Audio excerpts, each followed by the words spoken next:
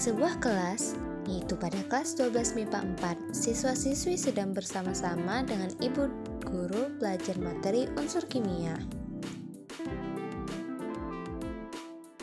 Hai Harry, kira-kira kita mau belajar tentang apa ya hari ini? Kamu tahu tidak? Hari ini kita akan belajar tentang unsur kimia, yaitu oksigen loh kuy. Ya, benar sekali Harry. Hari ini kita akan mempelajari tentang oksigen.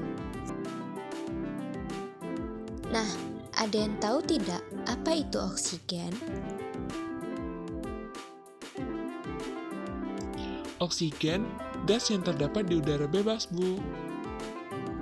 Ya, serta salah satu bahan yang diperlukan untuk menghasilkan energi oleh sel tubuh kita. Iya kan, Bu? Ya, semua itu benar sekali anak-anak. Pada tabel periodik, oksigen terletak pada periodik kedua dan terletak pada golongan 6A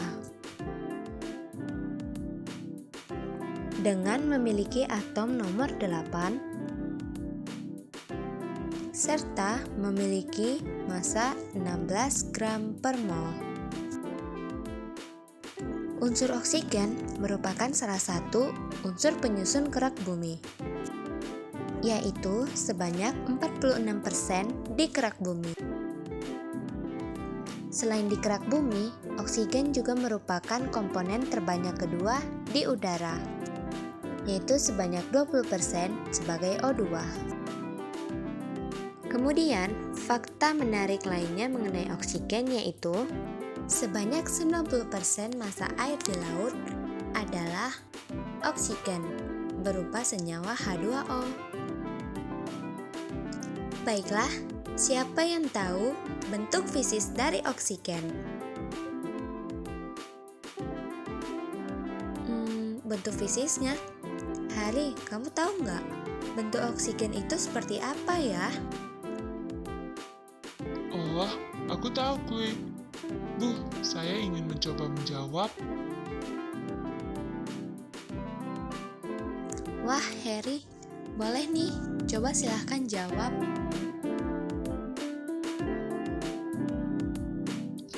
Baik, Bu. Jadi, sifat fisis oksigen itu yang pertama, tidak berwarna, tidak berbau, dan tidak berasa. Yang kedua, memiliki kepadatan yang lebih tinggi dari udara. Yang ketiga, larut dalam beberapa cairan seperti air dan alkohol, tetapi sedikit terlarut.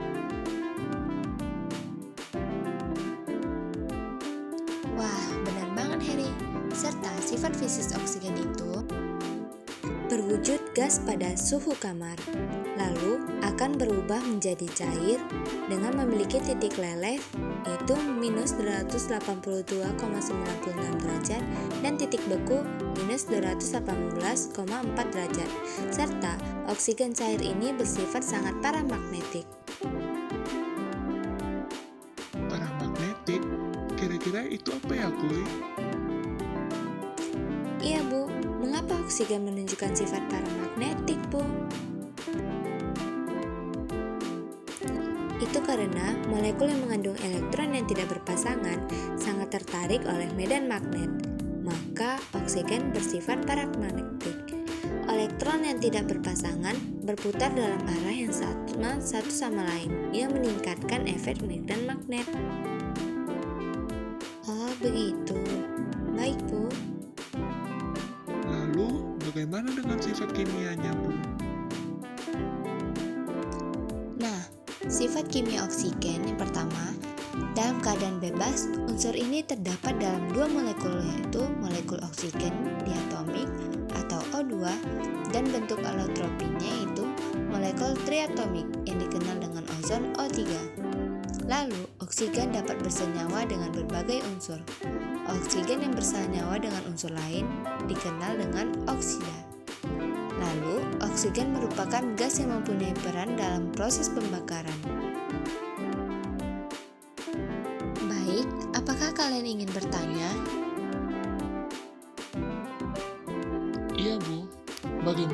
kereaktifan pada oksigen, Bu? Nah, kereaktifan adalah kemudahan suatu unsur untuk bereaksi atau berikatan dengan unsur lain.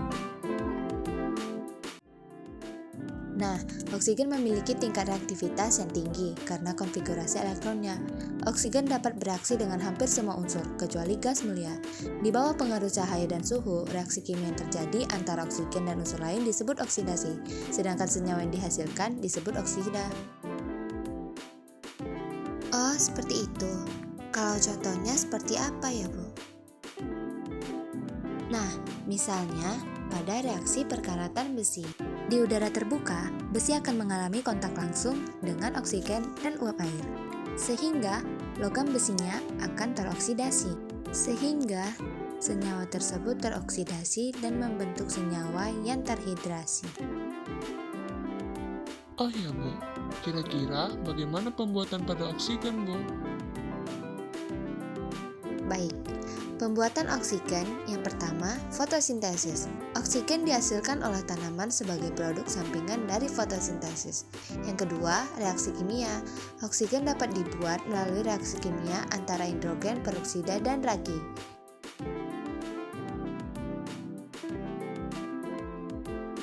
Lalu destilasi bertingkat. Oksigen dapat diperoleh secara komersial melalui destilasi bertingkat udara yang dicairkan. Yang keempat, konsentrator. Oksigen dapat dihasilkan dengan menggunakan alat konsentrator yang memisahkan nitrogen dari udara di atmosfer. Yang kelima, kompresor. Oksigen dapat diproduksi secara mandiri di rumah sakit dengan menggunakan kompresor yang digerakkan oleh energi listrik. Kompresor mengambil udara di sekitar, kemudian dikompresi dan disaring untuk memisahkan oksigen dari gas lain. Oksigen kan dihasilkan oleh alam. Nah, dari mana ya yang paling banyak? Iya, Bu. Kira-kira sumber oksigen dari alam apa aja ya? Nah, tumbuhan atau pohon memang penghasil oksigen, tetapi bukan yang terbesar. Ternyata, penghasil oksigen terbesar bumi berasal dari laut, dihasilkan oleh suatu organisme bernama fitoplankton sebesar 80%, serta cyanobacteria dan ganggang menghasilkan oksigen dalam bentuk O dari air selama fotosintesis.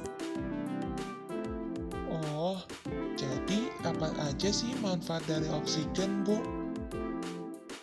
Nah, oksigen memiliki banyak manfaat dan sangat penting. Yang pertama, fungsi oksigen yang utama bagi tubuh adalah memproduksi energi melalui respirasi sel untuk memproduksi energi dalam bentuk ATP.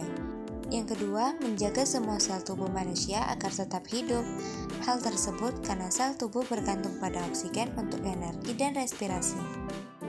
Yang ketiga, menunjang kerja otak dan sistem saraf. Otak memiliki kebutuhan energi tinggi dan bereaksi sangat sensitif terhadap kekurangan oksigen. Yang keempat, menjaga sistem kekebalan tubuh dengan mengontrol aktivitas sel. Yang kelima, sebagian besar dari produksi oksigen digunakan dalam industri baja, yaitu mengurangi kadar karbon dalam besi kubal. Bersama-sama dengan gas asetilena digunakan untuk mengelas baja. Lalu yang ketujuh, oksigen cair bersama dengan hidrogen cair digunakan sebagai bahan bakar roket untuk mendorong pesawat ruang angkasa. Oksigen juga digunakan dalam berbagai industri kimia untuk mengoksidasi berbagai zat. Nah, gimana anak-anak? Apakah kalian semua sudah paham?